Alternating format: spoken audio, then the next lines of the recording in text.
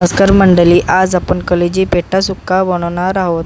चला मग सुरुवात करूया. सर्वात अगोदर आपण कलेजी पेठा स्वच्छ धुवून घ्यायचा आहे. त्याच्यानंतर कांदा, कोथिंबीर आणि टमॅटोची पेस्ट करून घ्यायची आहे. त्याच्यानंतर आपण कुकरमध्ये तेल टाकायचं आहे आणि जी पेस्ट केली होती ती आपल्याला त्याच्यात टाकायची आहे.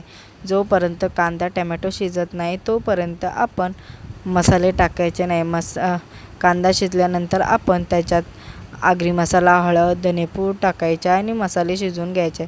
त्याच्यानंतर आपले कलेजी पेठा टाकायचा आहे आणि हलवून घ्यायचा आहे, मिक्स करून घ्यायचं आहे. त्याच्यानंतर चवीनुसार मीठ टाकायचं आहे आणि 4 शिट्ट्या घ्यायच्या आहेत, 4-5 शिट्ट्या घ्यायच्या आहेत आणि त्याच्यानंतर आपण त्याच्यात काळं वाटण टाकायचं आहे. काळं वाटण टाकल्यानंतर थोडं सुकवायचं आहे.